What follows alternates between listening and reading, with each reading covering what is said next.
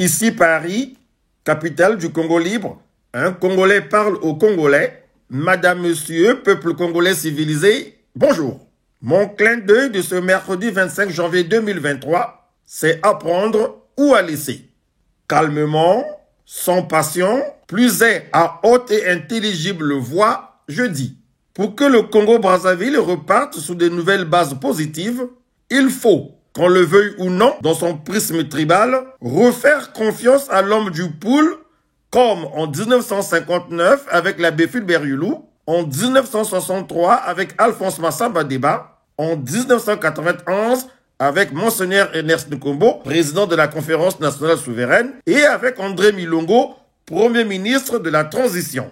Vous savez, l'homme du poule est très pieux. Il n'est pas aussi revanchard, comme semble le dire, ou vouloir le faire croire les gens à l'esprit étriqué. À mon avis, l'homme du poule est même excessivement démocrate, plus ou moins tolérant pour un Africain, quoique c'est vrai qu'il ne supporte pas trop la bêtise. Je parle de l'homme du poule posé, carré, stable et non pas de la girouette. En tout cas, ne le prenez pas mal. Réfléchissez un peu à la situation chaotique que connaît le pays depuis un laps de temps et faites votre examen de conscience en toute impartialité et ou honnêteté. Surtout, ne vous laissez pas guider par la jalousie stupide et la haine viscérale.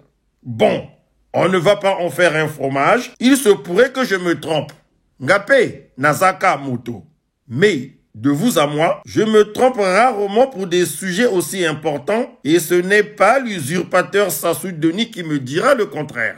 Lorsque la Constitution est violée, les démocrates ne doivent pas l'accepter. Peuple congolais civilisé, vous voulez manger à votre faim. Vous voulez être soigné correctement. Vous voulez circuler librement sur l'ensemble du territoire. Vous voulez vivre dans la paix véritable, pas celle des discours creux. Avec l'homme du poule, je puis me permettre de vous le garantir, le Congo renaîtra de ses cendres. Oui, nous pourrions rebâtir de nouveau. À l'unanimité, vos élus m'ont ce matin investi de la charge de président de la République du Congo. Avec émotion et gravité, je veux ce soir, dans le premier message, premier président de la République du Congo, vous dire quel sens j'attache à cette nomination et quelles responsabilités nouvelles me sont ainsi données. J'affirme d'abord que vos élus ont pris leur décision, convaincus de la nécessité pour ce pays d'unir tous ses enfants sans distinction de parti, d'origine ou de race. Nous avons tous au cœur l'amour de la liberté, la fierté nationale, la volonté de construire un Congo qui soit un modèle d'État africain. De tels sentiments doivent effacer les divergences ou les oppositions suscitées autrefois par des mobiles infiniment moins nobles et aujourd'hui dépassés. Mon devoir est donc de travailler de tout mon cœur à cette union indispensable à l'avenir du pays. Dans la mesure où l'Europe voudrait plutôt nous dire que telle chose, ce n'est pas bien, ce n'est pas convenable, etc., votre estomac est encore trop faible, l'Afrique, elle, dit, mon estomac est assez solide. Mais de toute façon, solide ou pas, je vais essayer d'abord. Si j'ai des coliques, évidemment, ce n'est que moi qui aurai des coliques. Ce n'est pas vous. Vous êtes au chevet d'un malade qui s'appelle Congo. Mais un malade, avant de le soigner, il faut d'abord savoir de quoi il souffre. Alors, de quoi souffre le Congo? On sait que, bon, on a évoqué des causes exogènes, baisse du prix du baril du pétrole, baisse du cours du dollar, etc. Mais il y a des causes endogènes. Qu'avons-nous fait dans ce pays pour qu'il en soit ainsi? Merci. Oui, comme vous avez dit, il y a des causes exogènes que vous avez citées, c'est-à-dire le pétrole. Mais il y a un élément aussi qui me paraît important, qu'il faut dire, qui est plus général, c'est ce qu'on appelle le terme de l'échange. C'est-à-dire la différence de prix entre ce que nous nous vendons, qui se déprécie sans cesse, Et ce que nous achetons, principalement les machines, qui, elles, s'apprécient sans cesse. Ce qui crée donc un gap, une différence qui ne peut pas être comblée facilement. Donc il y a ces causes dont le Congo a souffert également, mais d'autres pays en ont souffert. Il n'y a pas que le Congo. D'autres continents également en ont souffert, l'Asie en a souffert, l'Afrique aussi en a souffert. Mais je dis qu'outre ces causes, il y a des causes endogènes, des causes qui ressortent uniquement au Congo, à la façon de travailler des Congolais. Ces causes sont d'abord, je crois, des causes administratives. Des causes administratives en ce sens que l'administration ne fonctionne pas normalement comme elle fonctionnait autrefois aux premières années de notre indépendance. Voyez-vous, je prends quelques exemples.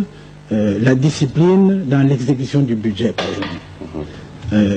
Nous avions à l'époque un budget qui faisait à peine 10 milliards de francs CFA. 10 milliards. Du temps où vous étiez trésorier payeur général en 64. Ce n'est pas le premier budget que j'ai exécuté. Le premier était nettement inférieur à ça. Mais parmi les derniers que j'ai exécutés, c'était autour de 12 milliards. Mais celui dont je parle, en 64, 65, était de 10 milliards.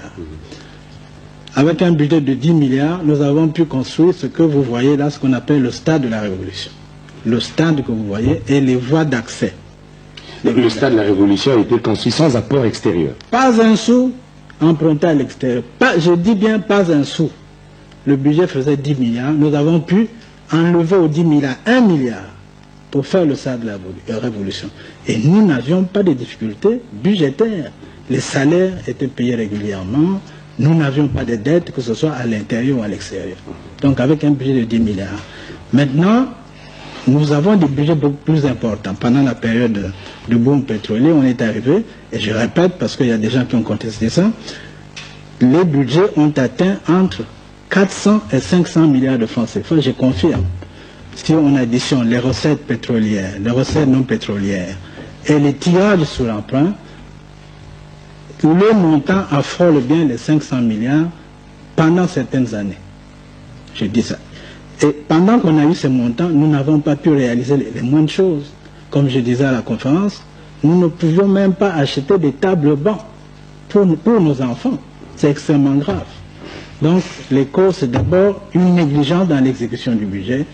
Je ne sais pas ce qui s'est passé, mais apparemment, il y a eu beaucoup de centres de sortie des dépenses. Et il n'y avait pas de contrôle. Autrefois, les dépenses se faisaient sur mandat. Eh bien, pendant la période pétrolière, les mandats avaient disparu, ou bien c'était devenu exceptionnel. Les dépenses se faisaient sur bout de papier, on fait un bout de papier, que l'on présente soit au trésor, soit à la caisse pour être payé. Cela n'est pas admissible.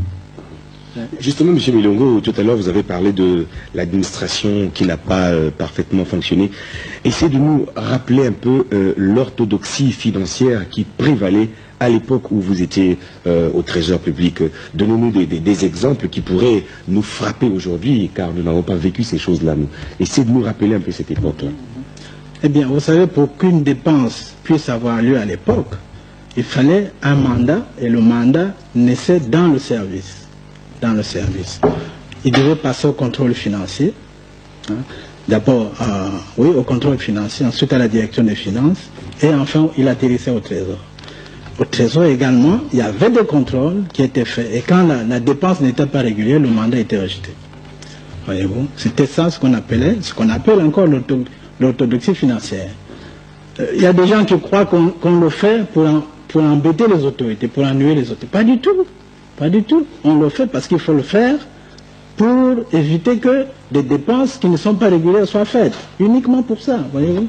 Alors, à votre avis, pourquoi cette orthodoxie financière n'est plus applicable aujourd'hui? Est-ce qu'on peut encore le faire aujourd'hui? Absolument. C'est tout à fait possible. Ça ne dépend que de nous-mêmes. Et moi, je parie qu'il y a des agents compétents qui peuvent le faire dans l'administration à l'heure actuelle. Mais j'ai l'impression, moi je n'ai pas vécu ici, mais j'ai l'impression qu'on a habitué nos fonctionnaires à la facilité. À la facilité. Et ça, c'est extrêmement grave. Bon. Oui, j'avais cité des exemples à la conférence. Oui. qui illustrait bien ce que nous appelions l'orthodoxie financière, mais je peux en citer d'autres. Allez-y, allez-y. Bon, je vais vous en citer d'autres. Une fois, j'ai reçu un chèque du président Massamba Deba. Un chèque qui devait être payé sur ses comptes politiques, qu'on appelle le compte secret. Le chèque est arrivé. Oh, la caisse noire. Le chèque est arrivé. L'agent du Trésor l'a reçu. Il est allé vérifier le compte. Le compte n'était pas volé. On me l'a apporté. En disant, voilà, c'est le chèque envoyé par le chef de l'État. Qu'est-ce qu'on va faire? Il n'y a pas de provision. J'ai dit, ben, c'est pas payable. C'est pas payable. Et il est retourné. On ne l'a pas payé. Aïe, j'en connais un là, le Ngaya, qui prend le trésor public pour sa boutique familiale, suivez mon regard, qui aurait sans autre forme de procès fait avaler son acte de naissance à André Milongo pour crime de lèse-majesté. Ah ça, pour votre gouverne, Youlou n'a jamais tout volé. Ce bruit des 13, 14 et 15 août 1963, ça a été une vue de l'esprit, une propagande nauséabonde. J'ai dit, Yabako Hervé, à très bientôt.